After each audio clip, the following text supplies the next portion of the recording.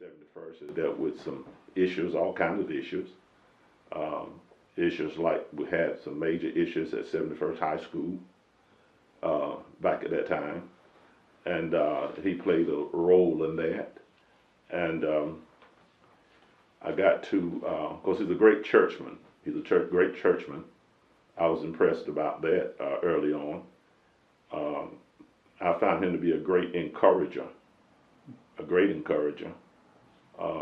helpful in a whole lot of ways to a whole lot of people,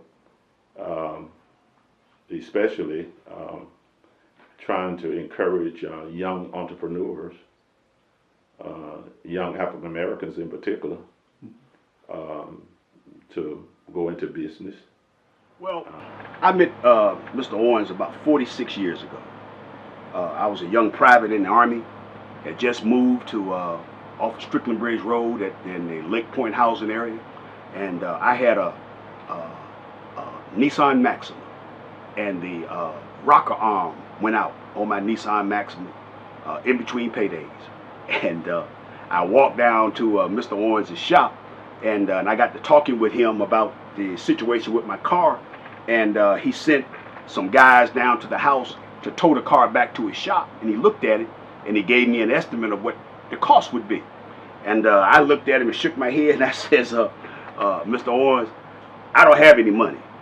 Payday is a week and a half away, and I don't have any way to get to work, you know, and I just need some help, sir. If you could help me out, I certainly would appreciate it. I guarantee you I'm going to come back on payday and pay you what I owe you. And he says, well, son, you know, I've had a lot of people tell me things like that, and they never come back, and I get stuck with the repair bill. But I'm gonna take a chance on you. He pointed his fingers out. I'm gonna take a chance on you, and I want you to do what you said you're gonna do. So payday came around, and I paid him what I owed him, and he shook my hand and thanked me, and I thanked him. And ever since then, if my cars needed to be repaired or looked at, oil changes or state inspections, I'd bring them to Mr. Owens if he was able to work on that year car. A whole lot of people, I'm sure, that still owe him money. A whole lot of folk. In fact, I think some folk that I know, and he'll laugh when he hears it. There's some folk that I know, I believe, still owe him some money for repairing their vehicles. He has worked on a couple of my vehicles from time to time. Good businessman, just a good person who's inspiring, just good to talk to. He's a great listener. Yeah, he's a great listener. And I've enjoyed his friendship and knowing him, and he's been very impactful across the years. And a wonderful friendship over the years. When I got called into the ministry, when I was on active duty, I went to Carolina Bible College and got my degree in biblical studies and started pastoring churches in the AME Zion connection. I started off on the Lauenburg district, the AME Zion church, and I would stop by and visit with Mr. Owens, and he kind of took me under his wing, if you could believe that. And we talked about the church and things that I could do to make things easier for me as a young pastor, and things to do and not to do, and I still stop by to this day, and he and I talk. A conversation that I had with Mr. Louis Wardenall, who went into auto repairs and with a major emphasis with transmission repair. And he told me that Mr. Owens was very instrumental in inspiring him and helping him in those initial days to try to get his business going. And even though they were doing some of the same kind of stuff, he did not see Mr. Owens as a competitor. Mr. Owens didn't see him as a competitor, but rather another African American who was in business.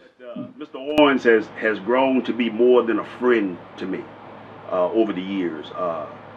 During the demise of both my mom and dad, Mr. Owens spoke to me and gave me some fatherly advice, and And right now, to this day, I can go down there at his shop and sit in his office and talk to him about anything that's on my mind.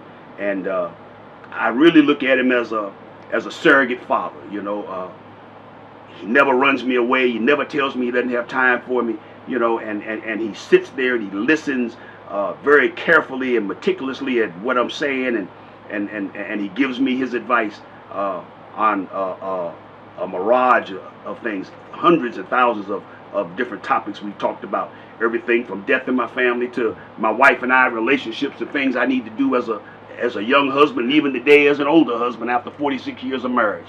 I can't think of any finer man in my life that I could be considered to be associated with than Mr. Owens.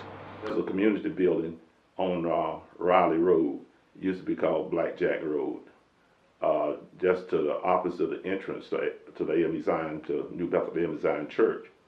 Mr. Owens was instrumental in helping to get that building built. Wishes that you want to send Cindy. Well, I was under the impression the Joker had retired. And then I went down to get my car inspected. He's still sitting behind his desk.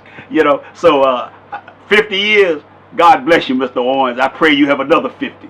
But this time you retire. Stay retired, brother. Yeah, Brother Charles, I would just say to you, congratulations. And thank you so much for what you meant to me and this whole community. I'm sure that this story will be told 50 years from now even. We'll be talking about Charles Owens and his auto shop down on Strickland Bridge Road. God bless you and have a great celebration.